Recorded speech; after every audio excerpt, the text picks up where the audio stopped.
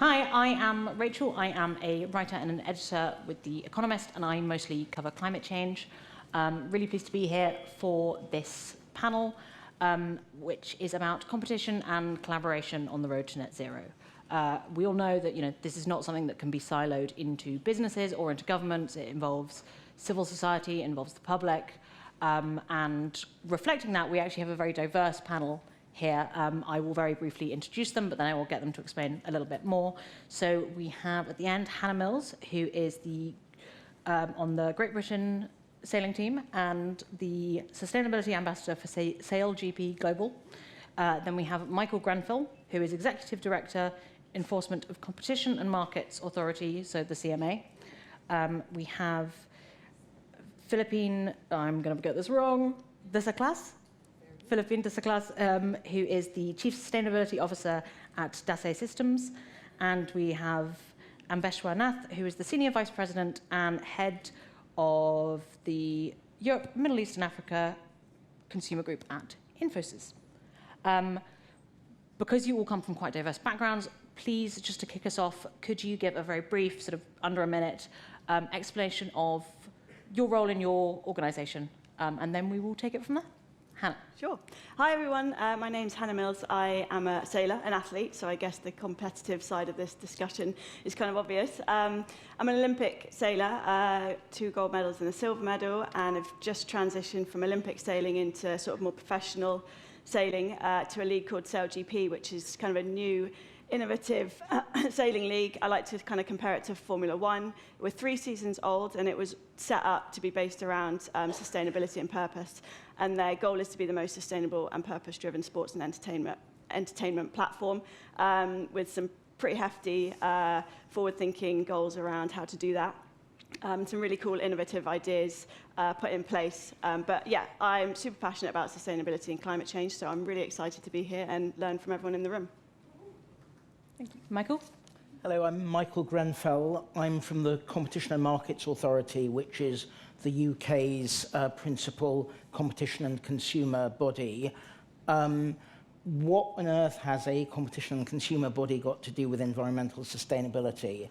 Well, we want to make sure that new environmental markets like low-carbon heating or electric vehicles work in ways favourable to consumers and to competition.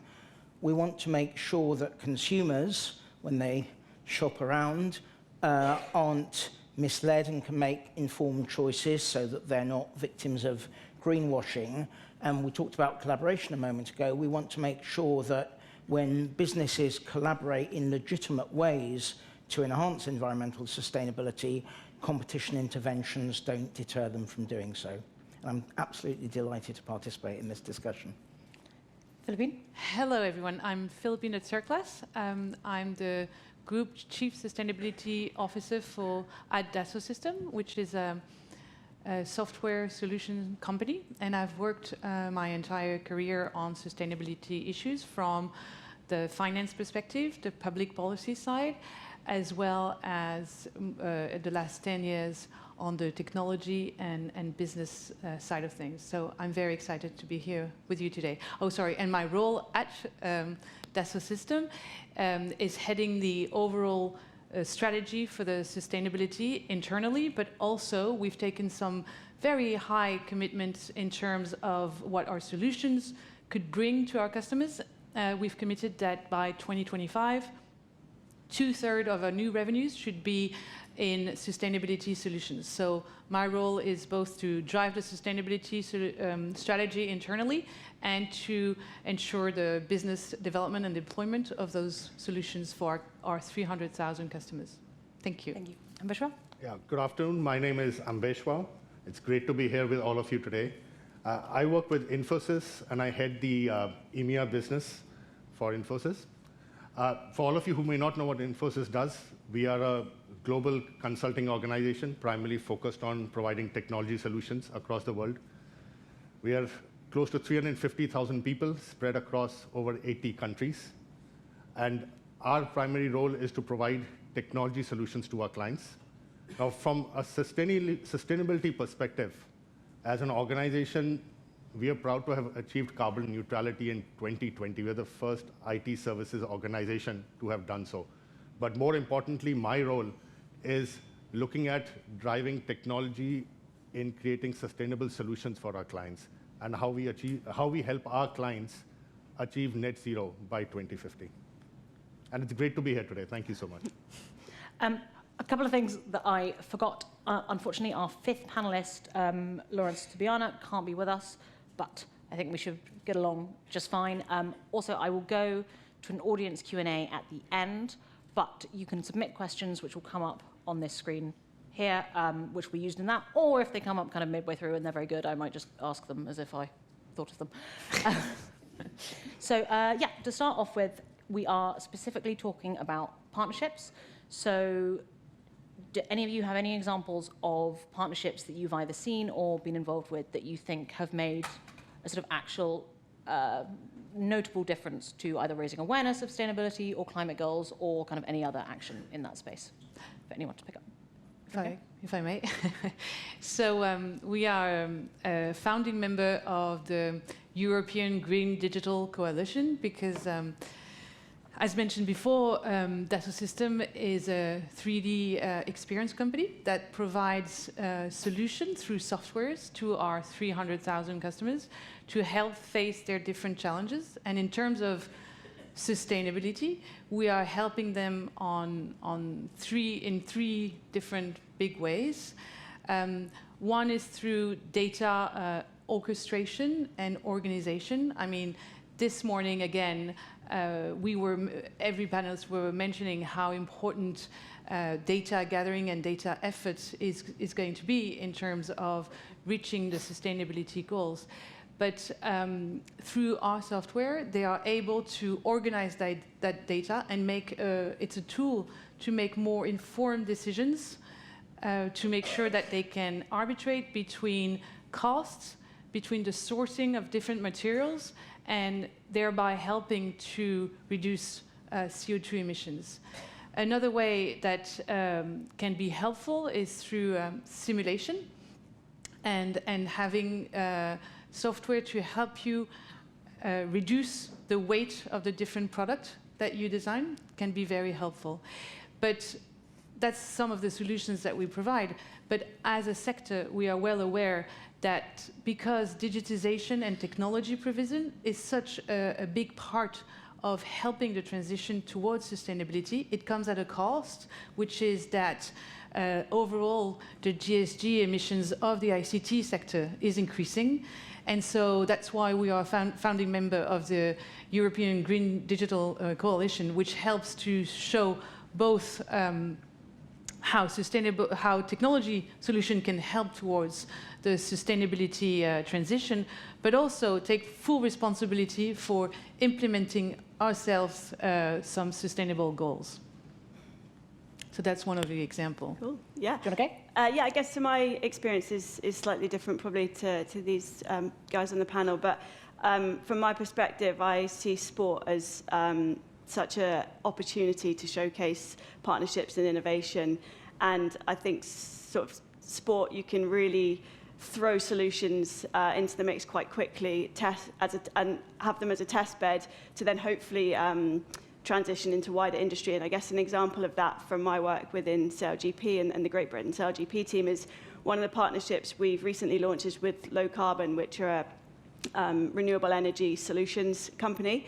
And you know, we've measured everything to do with SailGP in terms of our footprint, and one of our biggest footprints is on site, on the ground, is our operations of our team tent, in terms of carbon in particular. And so one of the solutions we wanted to find is, okay, well, when we travel around the world, how can we take this off-grid? And Low Carbon came on board, and we thought, perfect, this is a great opportunity to kind of put together a package that can hopefully mix solar and wind we're looking at, to try and take our operations completely off-grid. And if we manage to do this, obviously we need to take into account, you know, traveling around the world and moving the solar panels, et cetera, around the world, and how that all negates in terms of emissions. But hopefully if we can succeed with our small-scale operations, we can then transfer it to all the other teams involved in SailGP, but then also look at other sports and actually how can we put this package to them. and hopefully sport-wide we can start taking things off-grid as much as possible. So, Go ahead. Either one. as a competition authority, we're usually the bad guys in this story because we don't generally like businesses to partner up. We like them to compete against each other for the benefit of consumers. But we are very aware, and we've heard some of it today, that if we're to achieve enhanced environmental sustainability, sometimes businesses have no option but to compete. If you need to invest in an innovation, technological innovation that will enhance protections against climate change or otherwise enhance environmental sustainability, sometimes collaboration is the only way and partnership's the only way. Sometimes, if all the businesses in a market are reliant on a fossil fuel energy source, for example, and want to switch to a more environmentally friendly energy source, but are afraid that that will be costlier, and therefore they get a disadvantage by being the first mover, there may be an argument for collaboration so that the whole market can switch. And what we are saying to people is, where that kind of collaboration is really necessary for environmental sustainability goals, we will look favourably upon it. And just a couple of weeks ago, we issued in draft form some guidance on sustainability agreements, written in a language that we hope non-competition specialists, businesses across the country and internationally can make sense of, with practical examples that shows when it will be acceptable and when it'll be more problematic to have the kind of partnerships we're talking about. No, I think that makes sense. I'd just like to expand the definition of partnerships here, and I'll talk about how Infosys is driving partnerships. And just from a carbon neutrality perspective, we look at it from three perspectives. One is looking at how do you optimize the assets. So today, we've applied a whole host of technology, whether it is IoT sensors, whether it is looking at each component of the buildings that we have put in. And we've got 51 million square feet of buildings which are carbon neutral, which are green. And we've done that through partnerships with academic institutions. Often, some of the best capabilities and innovations are not necessarily in the industry, but in an academia. So we are building partnerships with the likes of Berkeley, Stanford, and many Indian institutions to drive a smart building concept. The second thing that we are looking at is driving a greater dependence on renewable energy. And from a time when a large part of our energy was all traditional, today 56% of our energy consumption is renewable. We've got 50 megawatt of solar plants in our campuses which are generating a lot of electricity. And that's our second dependence. And the third element, which I think is equally important, is the entire offset program. And you could either buy carbon offsets or you could run CSR programs. And within Infosys, we are driving CSR programs in the developing world, which is creating a significant impact to the society. So what we're doing is developing low-cost technology innovation. So I'll give you an example. What's the partnership element of this? The partnership element is working with grassroots companies in building technology solutions. So imagine if you go to a village. Most of them generate fuel through burning wood. Now, we are working and tying up with small cottage industries, building solutions where you could leverage cow dung and methane production, feed it into cooking for village households. Now, that creates a green, sustainable solution. But more importantly, who are the people who used to go and cut wood in the past? They were small girls and boys who should be going to school instead. So we are now impacting close to 250,000 families who are now getting sustainable solutions through a collaboration, through the partnership we've evolved with small cottage industries. And eventually, all these learnings then feed in to being able to help governments evolve. And today, we are working with, for example, Düsseldorf as a city in helping them shape a charter for developing a smart city. We're doing that same with the government of Karnataka, which is where Bangalore is headquartered. So I think eventually, partnerships will become extremely critical. To pick up on the, I suppose, partnership with government point there, obviously what mostly we've been discussing up till now has been kind of partnerships between businesses or partnerships between Academics, the media and sport and public and businesses. To what extent do you think all of this kind of stuff requires either government buy-in or the correct regulatory space? And also, who should be driving this? Is it that government should be trying to encourage companies to sort of innovate in this way, or is it actually sort of, should it be coming from the companies or institutions themselves?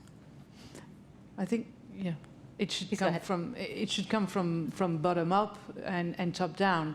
And I think you're very right in saying, I mean, just like the IPCC recent report reminded us, we're all in it, and that's the name of the panel, but we are all in it together, and it's a global issue that we are facing, and we will only resolve it timely if we go about it together. And to your point on how regulations can help, basically, I think the recent evolution, for instance, of the EU taxonomy is putting more stringency on the amount of reporting we need to do, and this means that it will accelerate the roll to net zero. But I think to have the right level of standards, so it's good in that sense, it's good to have a top-down approach, but at the same time it needs to be realistic and to keep in mind what the technologies are actually already capable to do, and sometimes regulatory instances are not necessarily familiar with that. So having a kind of a sandwich approach from top down, but also having the space to have feedback from the business and from the people who actually know what technologies are already capable of doing, can help to move the regulatory framework, which is badly needed to accelerate the transition, at the right level. So in that sense, partnerships with regulatory instances and governments are key as well. Yeah, no, I agree with Philippine.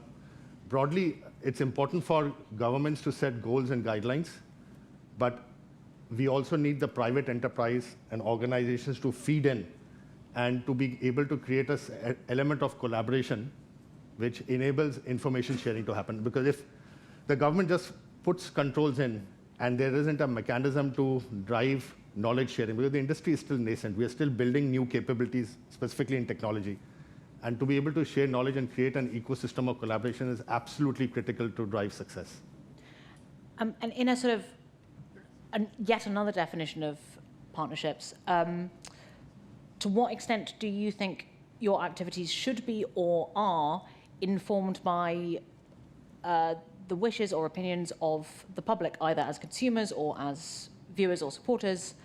Yeah, to what extent so do you feel like you are in collaboration with them as well? Okay, looks like I'll go.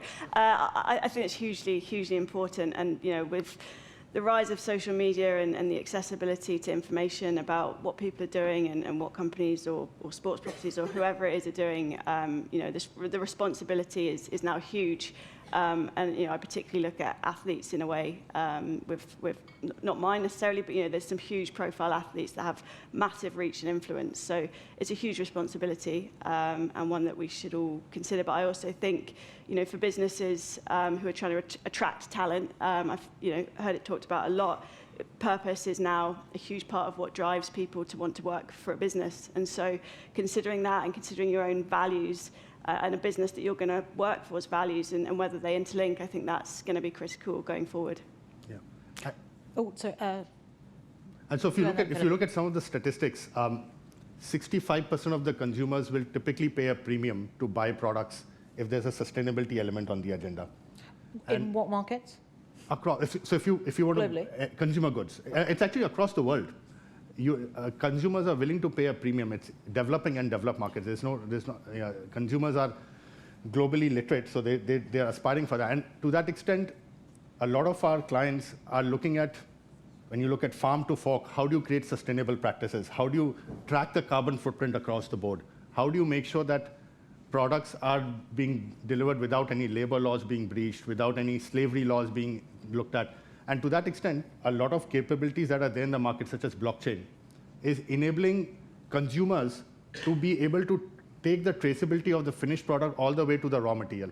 And that's extremely critical, because it makes the consumer aware that the product and the company is responsible. And I think those feedback loops are going to become increasingly important in years to come. Yeah, so go ahead. Oh, can Philippine go first, just because... Okay. It might not exactly be in terms of partnership, but it's more in terms of pressure points as well, I think. And I think today, and they are all actually quite welcome because they help us to accelerate. And what I mean there is that we are, I mean, as a company, we have pressure points coming from both investors, from the public, from our client, but also internally. I mean, you know, when you put in place your own carbon footprint, and even when you're a software company, the carbon footprint, I mean, we're not a manufacturing company, we don't have a huge supply chain, so the carbon footprint is not comparable to transport sector, for instance, but still, I think the biggest pressure was also internally to employees who want to have a purpose and who want to be proud of what their company is doing. So I think in that sense, I don't know if you can call it partnering, but we're partnering with a wide variety of stakeholders. So, I mean, our job is to protect the public against abuses by businesses. And I think it's absolutely true to say that large swathes of the public are very environmentally conscious. They want to see businesses respond to that, and the figure you cited, that they're willing to pay a premium. We have a role, and other competition and consumer authorities around the world have a role in making sure that businesses don't exploit that. So, yes, people are environmentally conscious, want to buy green products, but it's very important they're not misled. And we all know about greenwashing, and it goes on across loads of sectors, and we have been investigating 2 of those sectors already, clothes and fashion, where there have been quite a lot of misleading claims, and now fast-moving consumer goods, everything from washing powders to food and drinks packaging, and there's more. And we are very, very concerned that those environmentally conscious consumers shouldn't be misinformed. Second thing, yes, people are willing to pay a premium, but they shouldn't be paying excessively. And the way to ensure that they don't is to have as much competition and choice as is feasible. And just to take an example, a few years ago we looked at what we call electric vehicle charging, so those charge points to charge up your electric car or electric van or lorry battery.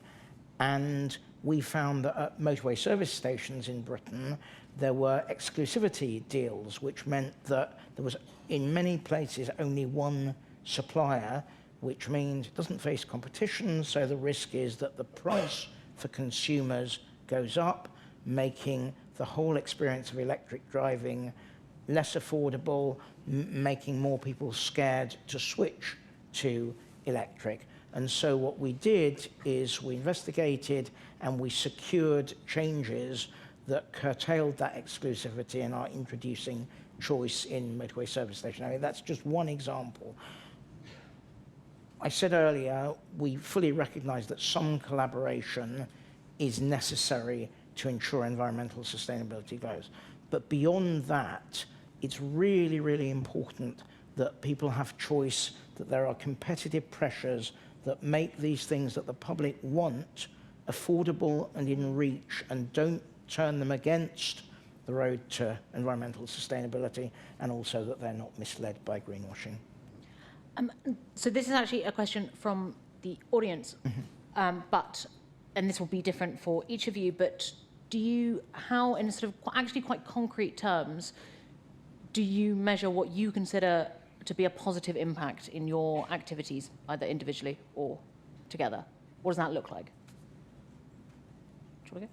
Yeah, I can. You don't have to go. I can go. If you want. Yeah, I mean, I'm probably not the best place to answer this, but you know, with SailGP, they've, you know, like we all know, we have to be measuring, and we have to be auditing, and we have to be understanding our footprint, and that's the only way we can then understand how we can reduce and where our biggest wins are. So for season 2, so we're only in season 3 of SailGP, and so for season 2, they did a huge audit across all of the scopes to do with SailGP to really understand their footprint, and then set massive targets. So our target is for all of our on-water fleet, which includes things like coach boats that are powered by engines and helicopters that do the broadcast and all of that to be powered by clean energy by 2025, which is quite a huge target. But I guess in sport, we tried not to shy away from big goals, and we want to be sort of forward-thinking and think how we can do that. And I guess by setting these targets, you're then driving innovation and empowering people, I suppose, to find solutions, whereas without big targets, you kind of just can get a little bit lost, I think, in the day-to-day and the mundane. So, yeah, I think, really honest auditing and understanding to then set really ambitious goals for what we try and do anyway is how we've got a grasp of what we're doing. So I think I'm... Sorry. Go ahead. I'm going to go to Philippine first. I'm first? Yes. Yeah, okay. So I think, we are a science-based company, so we firmly believe in measuring and tracking what we do, and that's the way we face problems. And I think today, in terms of sustainability, there are the Science-Based Targets Initiative, the SBTi, and we as a company are committed to, we have strong commitments to SBTi to have a reduction of 35% of our scope 1 and 2 by 2027, and minus 25% of our scope 3 on business travels by the same time, 2027, and 50% of our suppliers to themselves have SBTi target commitments by 2025. So these are very strong commitments, and that's a good way to track and measure how big corporates are, how serious they are about their measurement and their sustainability and their road to net zero. Another way of moving forward and of tracking is going to be, obviously, but that's more in Europe, the newly coming CSRD, which is a very kind of finance audit rigor applied to non-financial reporting. So I think we are going towards much more reliable metrics to measure whether corporates are actually serious about their road to sustainability or if they are only doing greenwashing. So I'm quite confident in that aspect. So I think, we don't have balance sheets and profit and loss accounts to measure things by, but I think we're looking for two things.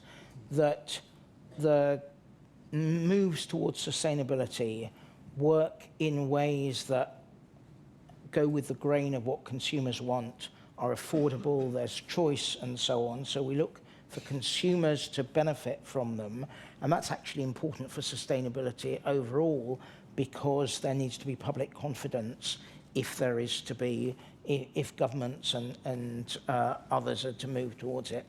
But we also look to competition to make businesses more innovative. I mean, to some extent, businesses have to respond to regulatory requirements for sustainability. But it is best if they do so in competition with each other, which spurs them to be more innovative, to do it in the most productive, smart, and affordable ways. And so we look to injecting as much competitive pressure as possible into the process so that it works in the most effective way and in the way that benefits the public most.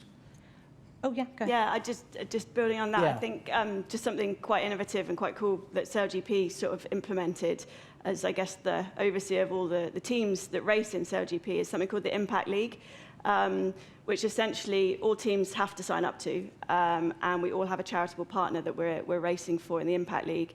And ultimately, at each event that we go to, we're audited over a wide range of sustainability criteria, externally audited and measured. And then we win points for how well we do, and we win prize money for our chosen charity. But I think the point of what I'm saying is, initially when this got introduced in season 2, everyone was like, oh my God, it's so much work, it's such a distraction, we're just trying to race and win on the water. Through to now, sort of 18 months down the line, it's almost, if not more competitive to try and win the Impact League than it is to win the race on the water. And the collaboration and the innovation and the ideas that have been stemmed through this competition to find solutions to reduce our impact as a whole league has been incredible. And some of the things that have been introduced, one team will come up with an idea, even if it's something tiny to reduce plastic on the boat, that gets implemented, and then it is transferred across all of the teams, and that's a really important part of it. So it's just a slightly different way, I guess, to look at how you can create competition internally, but that has a huge sort of external benefit as well. Yeah. And so another dimension to ESG reporting is not just limiting it to reporting, but how do we take insights and actions out of it? I think that's where we feel a lot of our clients lack. So a lot of them are reporting ESG. Everyone reports ESG in today's world. But how many of them are getting real-time data, or they're getting data literally with a few hours delay and are able to act upon it? That's where I think the gaps lie. And that's where I believe technology will play a very strong role. Because you have the knowledge, but how do you bring it to bear at rapid pace? And I personally feel that if we need to take ESG to the next level, to be able to take rapid actions, then technology will continue to develop, and a lot of that will happen through collaboration and cooperation between different entities. I think also, from my perspective, some things just don't seem to be necessarily measurable, and you guys might tell me different. But, for example, at every event we go to, I go and do a school talk to X amount of school kids about what we're doing about the climate change and why it's important. And I don't know how you measure tangibly the outcome of that and how it's impacted each of those school kids and what they then go and do and change within their lives. And so I think, yes, we need to have measurements and facts and science behind everything we do, but equally it doesn't mean we shouldn't do things just because it's not measurable. I'm going to use that to actually broaden out into another audience question, which is, on the back of this, the focus always seems to be on carbon and measuring impact through emissions. What are you doing to set goals within the broader environmental or social space? I think, just because you've spoken to this already briefly. Oh, sure. So we are very strongly committed as a... So you're talking beyond emissions, right? Beyond emissions, what also social getting into the sort of other bits of the... Well, beyond emissions specifically, but then the other bits of, I guess, ESG. Yeah. The S and the G. Well, one of our key focus is that, I don't know if you're aware, but worldwide in STEM businesses, there are only 17% of women in the workforce. And so we are very highly committed to increasing diversity within the company and within the sector more generally. So again, it's a question of collaboration. And so we are very much involved at the earlier possible levels, so in high schools, trying to do talks. And it's the same thing. It's difficult to measure, but it's a lot of partnerships with school in France and globally to try to motivate and incentivize more women to actually join those type of businesses. Yeah. I can go to something else. Another question, which is, aside from the CMA and perhaps journalism, what other carrots or sticks exist to address greenwashing from corporations, and who else should be policing greenwash? So what kind of do you think your responsibilities and broader responsibilities are towards that? I hope that journalism also addresses greenwash, but that's by the by. So if I could try to answer that, I think it's for all consumers and owners, for all of us to look at greenwashing and to bring that to bear. I don't think it's limited to only journalism and the competitive authorities. And to that extent, players like us have to raise awareness. So let's take a classic case of a recyclable carton, a bottle of water, which is nowadays, you often find it made out of cardboard. You've got aluminum lining in the inside, you've got plastic stuck on the outside. Is it really recyclable? They say it's 100% recyclable, but you can't really tear it out. It's not cost effective to tear it out and recycle the 3 components or the 4 or 5 components that come together. Now, do we rely on journalism to bring that to bear? Or do we educate ourselves as consumers and be able to create a forum? Either it could be portals, it could be technology forums, which allow us to bring these complaints or these elements to bear. So I genuinely believe that when it comes to such elements of greenwashing, it's onus on all of us as individuals. And as you said, what's the impact of education? The impact of education is maybe not our generation, but the next generation will know exactly what that means. And they will bring it to bear. They will be much more aware. They'll be much more wiser.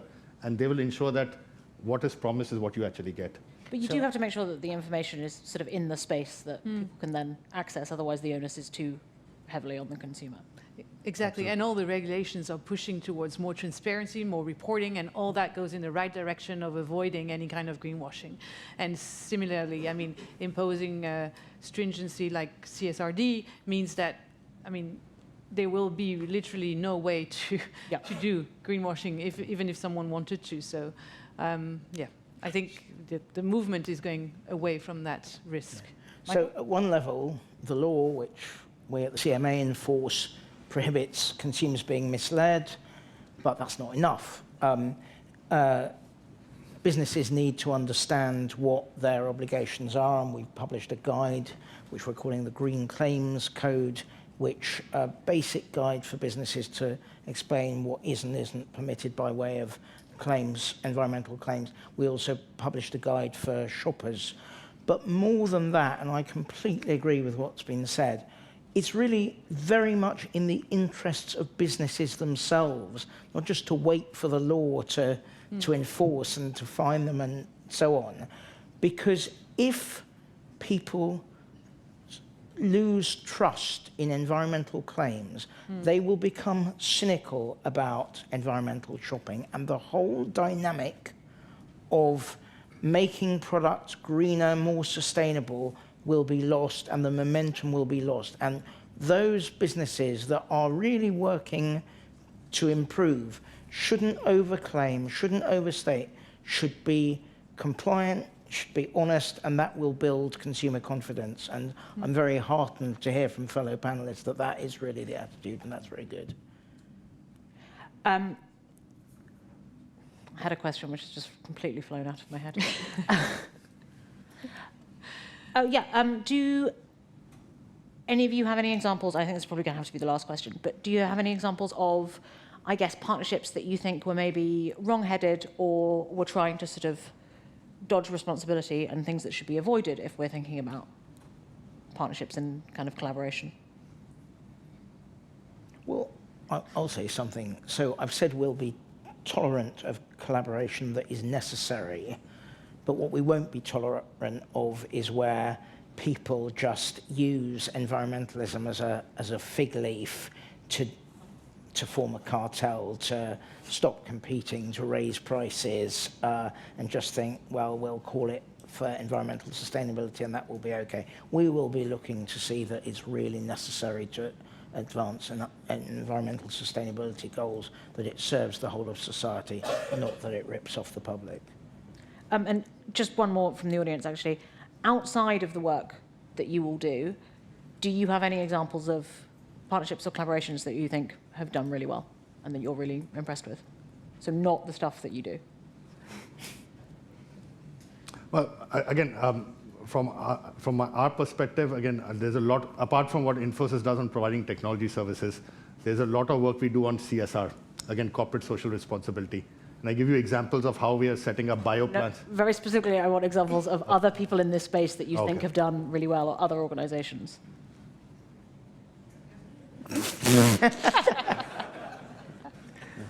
Good. You have a question here? Yeah. We have roving mics, but we might not have time. Do you want to just tell me and I'll say it? So it's a question that is about collaboration. Oh, thank you. Hello. Can you hear me? I can. Well, just tell me. Sure. Oh, Sure. So I come from an investor background. And while the market is extremely conducive for collaboration amongst investors to drive the low carbon transition in the UK, which is a fantastic example of collaboration, by the way, partnerships, people coming together to find solutions to the environmental issue, which is systemic. Across the pond, it is not, collusion is being used as an excuse to stop the right sort of collaboration because of the political headwinds. I think my question was to you, Michael, was what kind of influence, because these are global issues, we right? are going to. We literally have 30 seconds. So, Sure. question. Sure. So, how much of engagement do you do across the pond? Like, what is the ability of yourselves to challenge? So we do. I mean, we're only responsible for what affects UK consumers, but we work with lots of international agencies, and competition agencies across the world are grappling with this whole issue of sustainability and how you get the right kind of cooperation while not ripping off consumers and making sure it works in ways that are favourable to consumers as well as the whole of society. I am going to have to wrap up now, but thank you so much. Very interesting, very wide-ranging. Yeah, applause for having me.